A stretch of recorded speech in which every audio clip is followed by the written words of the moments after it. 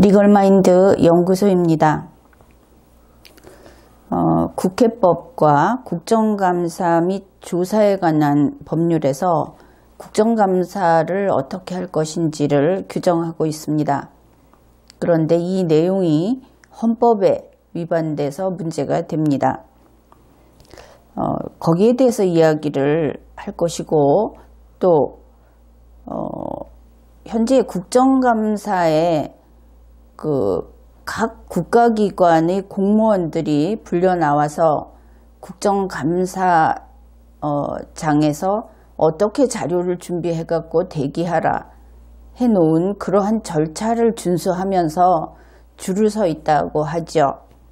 그러나 이러한 국정감사에 조력하는 각 정부의 공무원들은 지금 의무 없는 일을 하고 있습니다. 그와 같이 의무 없는 일을 하도록 시키는 것을 우리는 직권남용이라고 합니다. 형법이 규정하는 범죄이죠. 그리고 그들 정부 공무원들은 그 중에 증인 선서를 하는 경우도 있는데, 그들은 그런 식으로 증인이 될 수 없습니다. 이것 또한 헌법과 법률에 어긋나는 것이죠.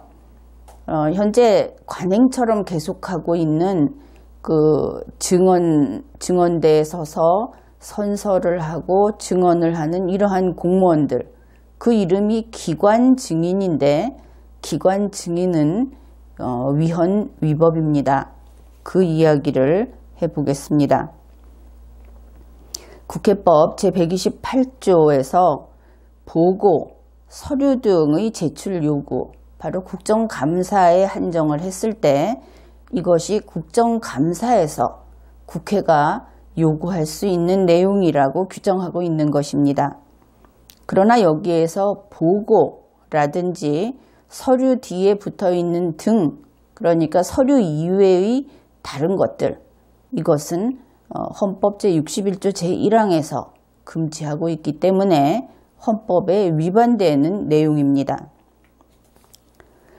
국회법 제128조 제1항 본회의, 위원회 또는 소위원회는 그 의결로 안건의 심의 또는 국정감사나 국정조사와 직접 관련된 보고 또는 서류 및 해당 기관이 보유한 사진, 영상물의 제출을 정부, 행정기관 기타에 대하여 요구할 수 있다. 이렇게 규정을 합니다. 그러니까 서류 등에서 등에 해당되는 것이 해당 기관이 보유한 사진, 영상물이 되겠습니다. 그러나 보고도 요구할 수 없고, 또 해당 기관이 보유한 사진, 영상물도 요구할 수 없다. 이것이 헌법 제61조 제1항의 내용이죠. 국회법 제128조 제6항, 제1항의 보고, 서류 등의 제출 요구 등에 관하여 기타 필요한 절차는 다른 법률이 정하는 바에 따른다.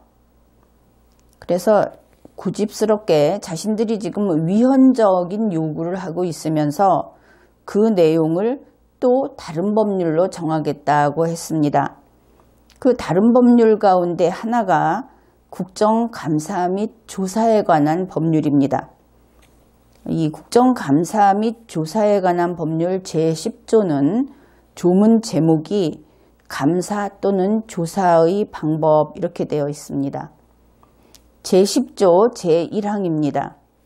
위원회, 제5조의 소위원회 또는 반은, 학교에서 일반, 2반 할 때의 반은 감사 또는 조사를 위하여 그 의결로 감사 또는 조사와 관련된 보고 또는 서류 등의 제출을 관계인 또는 관계기관 기타에 요구하고, 증인, 감정인, 참고인의 출석을 요구하고 검증을 행할 수 있다.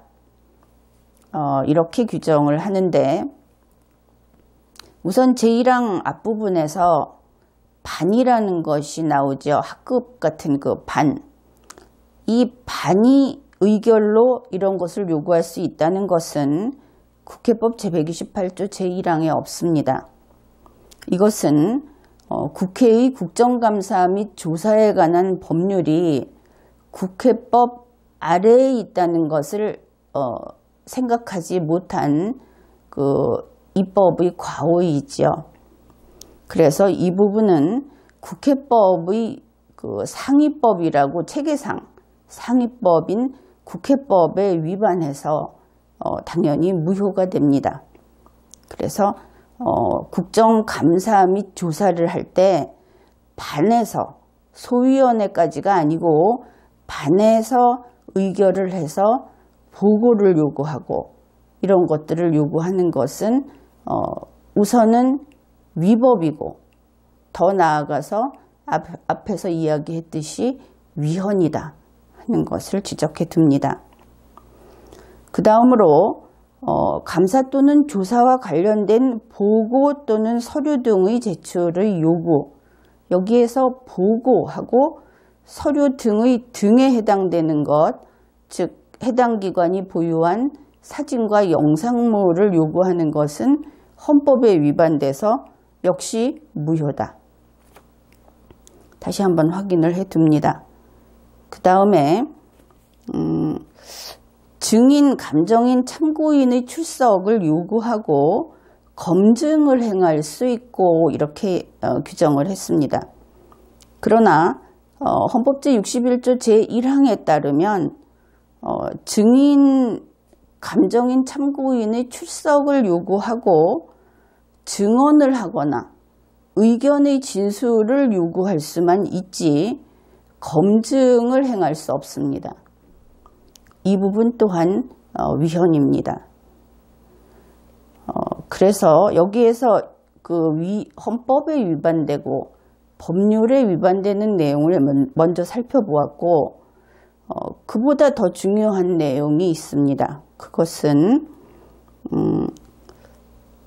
그 의결로 이 국정감사와 관련된 보고 또는 서류 등의 제출을 관계인 또는 기관 기타에 요구하고 하는 부분과 증인, 감정인, 참고인의 출석을 요구하고 하는 부분은 완전 별개인 것을 법조문상 확인할 수 있죠. 따라서 보고를 하는 것은 인간이 할 겁니다. 바로 공무원이 하겠죠.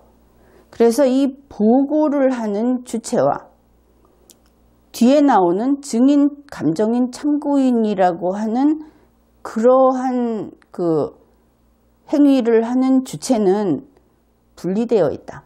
법률상. 그것을 확인할 수 있습니다. 따라서 보고자는 증인이 아니라는 것이죠. 여기서 알 수 있는 것은 그런데 현재는 이 보고자가 증인의 그 신분으로서 똑같이 취급이 됩니다. 이것을 뒤에서 다시 확인해 볼 것입니다. 국정감사 및 조사에 관한 법률 제10조 제4항입니다. 제1항의 요구를 받은 자 또는 기관은 국회에서의 증언, 감정 등에 관한 법률에서 특별히 규정한 경우를 제외하고는 누구든지 이에 응하여야 하며 위원회의 검증 기타의 활동에 협조하여야 한다. 이 1항의 요구를 받은 자 또는 기관은 했는데 이 중에 보고를 할 것을 요구받은 공무원은 국회에서의 증언 및 감정 등에 관한 법률의 적용 대상이 아닙니다. 앞에서 바로 앞에서 이야기했죠. 보고자는 증인 등이 아니다. 그래서 증인 등에게 적용하는 증언감정법, 국회에서의 증언감정법은 적용 대상이 아니다.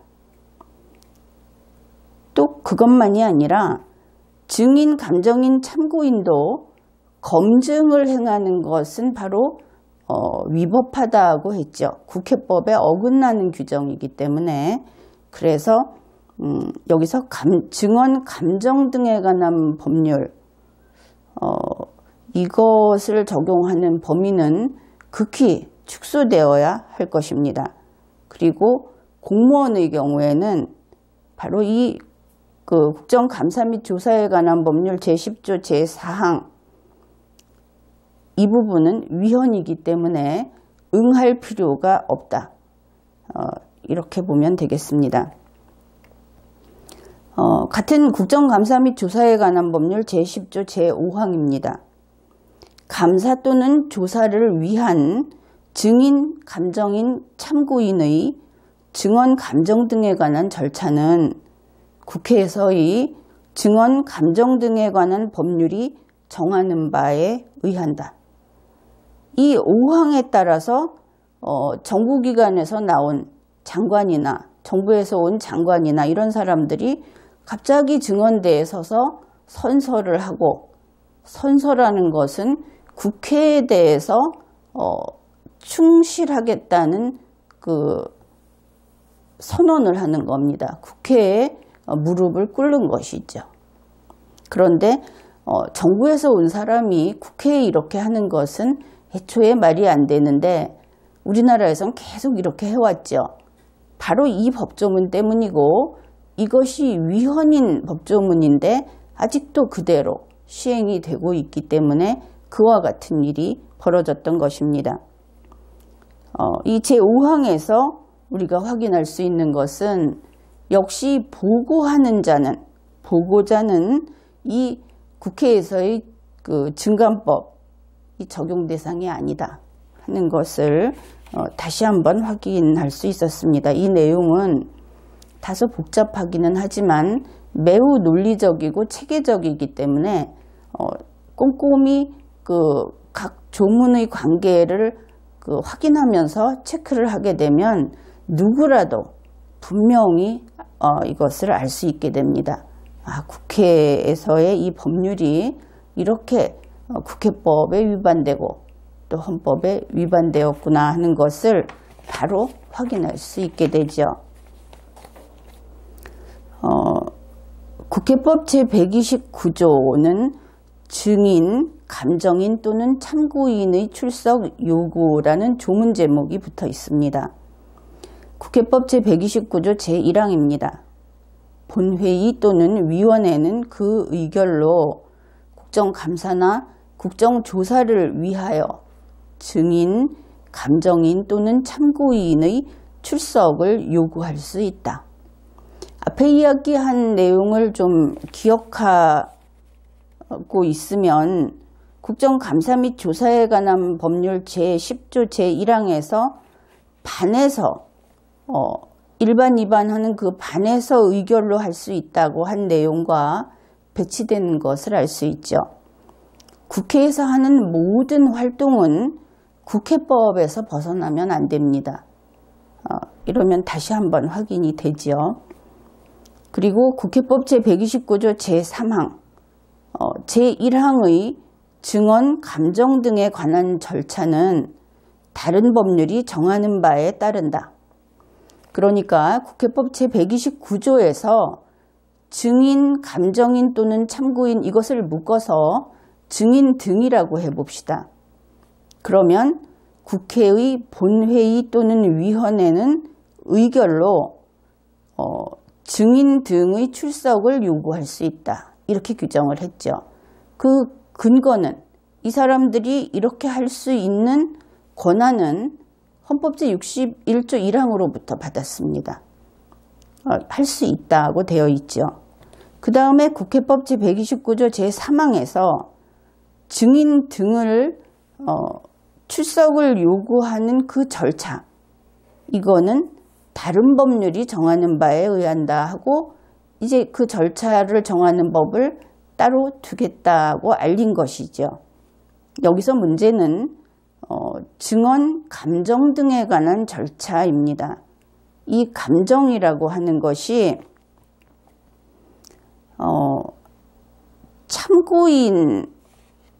참고인이라든지 감정인, 요 감정은 감정인에게만 할 수 있죠. 그런데 앞에서 검증을 할 수 있다 한 부분이 또 어긋나죠. 이런 것들이 있습니다. 그래서 지금까지 본 것을 법 체계적으로 다시 한번 정리를 해보죠.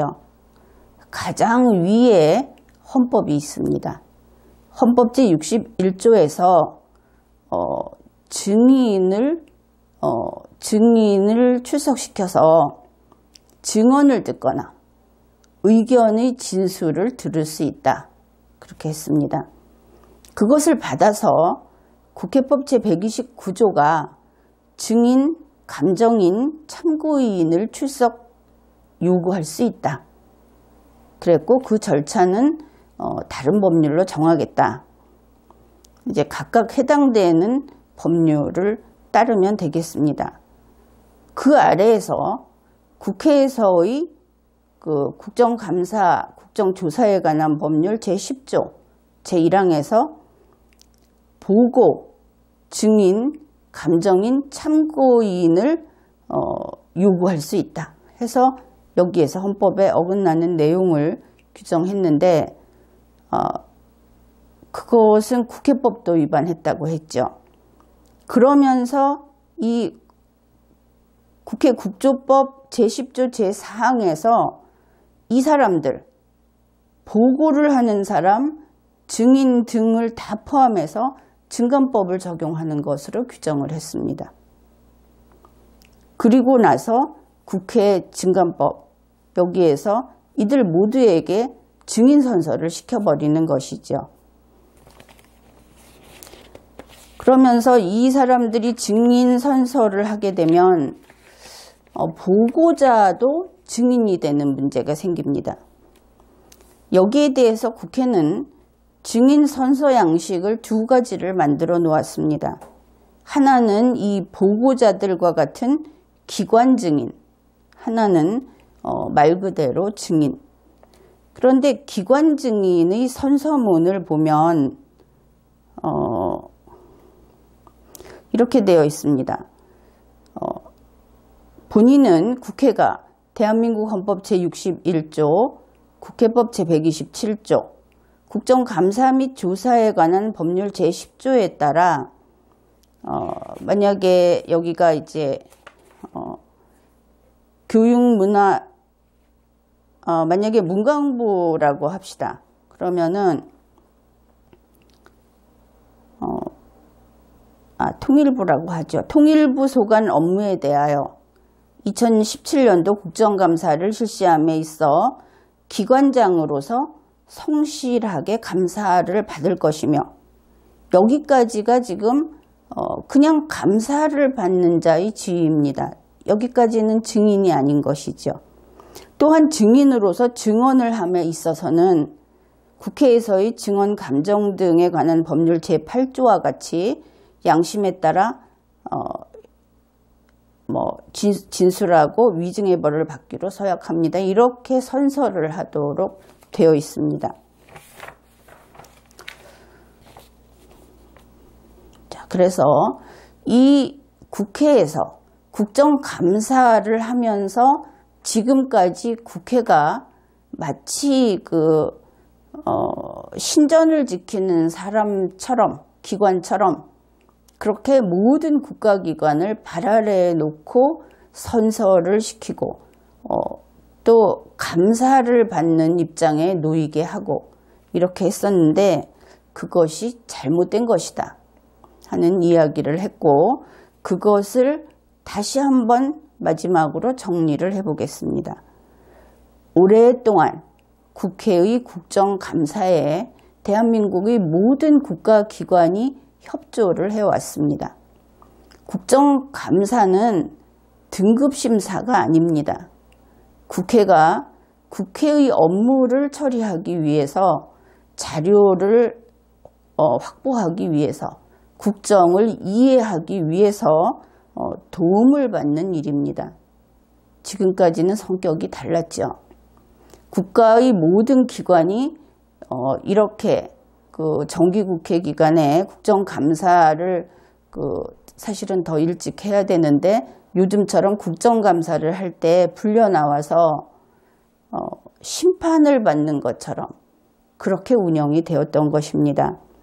그래서 대한민국의 모든 국가기관이 부당하게 그리고 위법하게 국회에 복종해 왔던 것이죠. 그러면 국정감사를 받는 그 모든 국가기관은 어떤 기관인가 하는 성격을 살펴보겠습니다. 그들은 협조하는 기관입니다. 현재 국회는 그들을 다 피감기관이라고 합니다. 국정감사를 받는 자들이라는 뜻이죠. 그것은 크게 잘못된 명칭입니다. 모든 국가기관은 국회에 협조해주고 협력해주는 고마운 기관인 것이지 국회의 심판을 받는 마치 피고인과 같은 그런 기관이 아니다 하는 것을 지금부터라도 분명하게 알아야 하겠습니다. 다음으로 국회는 모든 국가기관으로부터 보고를 받았습니다. 그런데 이 보고는 헌법이 허용하지 않는 것이며 더구나 권력분립주의에 위반해서 보고를 받는 것은 위헌이다 하는 이야기를 했습니다. 이제부터 모든 국가기관은 국회에 보고하면 안 됩니다. 가령 집행정부가 있으면 집행정부는 그 체계에 따라서 최종적으로 대통령에게까지 보고를 합니다. 그러나 그들은 어느 누구도 대법원장에게 보고하지 않고 국회에 보고하지 않는 것입니다. 이것은 특별히 대한민국 헌법이 국민 주권주의를 지키기 위해서 권력이 통합되면 절대적으로 독재로 간다. 국민 주권주의를 회멸시킨다 하는 신조를 가지고 그것만큼은 지켜야 하겠다 해서 권력 분립주의를 원칙으로 삼았기 때문에 국회에 보고하는 일은 있어서는 안 됩니다. 다음으로 기관 증인은 법적으로 존재할 수 없습니다. 기관의 이름으로 증인이 될 수 없다는 것이죠. 이 관계는 역시 헌법과 그 권력분립 그리고 정부조직법과 국회법의 관계를 생각해 보면 혹은 법원조직법의 관계를 생각해 보면 기관 증인은 지금까지 보았을 때 대단히 잘못된 국회의 횡포였구나 하는 것을 알 수 있을 겁니다. 선서하면 안 됩니다. 권력이 분립되어 있는 헌법으로부터 그러한 권한을 부여받은 통치기관은 그 통치기관의 이름으로 나온 조직은 다른 통치기관에게 가서 선서하면 안 됩니다. 따라서 국회에 다른 국가기관이 국정감사 기간 동안에 국회에 가서 선서하면 안 되는 것입니다. 이렇게 해서 국회가 하고 있는 국정감사 그리고 그것을 규정하고 있는 국회법 기타 여러 가지 국회 업무를 위한 법률들이 헌법을 무시하고 헌법이 정해놓은 그 한계를 벗어나서 권한을 남용하고 있고 그리고 그 권한 남용에 모든 국가기관이 복종해 왔었던 것을 이제는 이 잘못된 관행을 끊어버려야 하겠다 하는 이야기를 하였습니다. 현재 국회는 헌법을 위반하는 면에 있어서는 대통령과 정부를 비난하고 있지만 가장 큰 죄인은 국회입니다. 국회만큼 헌법을 위반하는 통치기관도 없죠. 국회의 이러한 문제점은 우리 국민들이 헌법을 제대로 이해하고 이 헌법과 법률의 체계를 이해하고 올바른 법적 절차를 통해서 국회의 이러한 그 헌법 파괴, 헌법 침해 행위를 바로 잘라내는 그러한 작업을 해야 합니다. 국민에게는 그러한 힘이 있습니다. 다음으로 대통령에게 이야기를 하겠습니다. 문재인 대통령은 얼마 전만 해도 국회의원이었죠. 그리고 자신이 국회의 식구였다고 이야기합니다. 아직도 국회에 가면 마음이 편해지고 국회가 자신을 반기는 것으로 생각하는지 모르겠는데 이 부분 깨달아야 할 부분이 있습니다. 문재인 대통령은 이제 정부 식구입니다. 국회와 정부는 완전히 다른 통치기관입니다. 절대 그럴 리 없다고 이야기하겠지만 문재인 대통령은 오히려 그의 직전 대통령이었던 박근혜 전 대통령 그리고 이명박 전 대통령 이러한 대통령에서 대통령으로 내려오는 그러한 관계에 오히려 가까워져 있는 것입니다. 이제부터는 문재인 대통령을 도울 수 있는 것은 대통령이 지금까지 정부를 운용해왔던 그 기록들, 그 원칙들이 오히려 문재인 대통령을 도울 수 있는 것이지 국회는 남입니다. 그래서 문재인 대통령은 이제 국회 식구가 아니다 하는 것이고 그렇더라도 왠지 더불어민주당이 나하고 좀 가깝고 국회는 내가 낯이 익은 곳이고 이렇게 생각할지 모르겠습니다. 그러나 자신의 처지를 생각해 보십시오. 대한민국에서 대통령을 두 번 할 수는 없죠. 그리고 대통령직에서 퇴임을 하게 되면 다시 국회의원이 될 수도 없습니다. 지금까지 그래 왔습니다. 그래서 문재인 대통령은 퇴임 후에 국회의 식구로 다시 될 수 없습니다.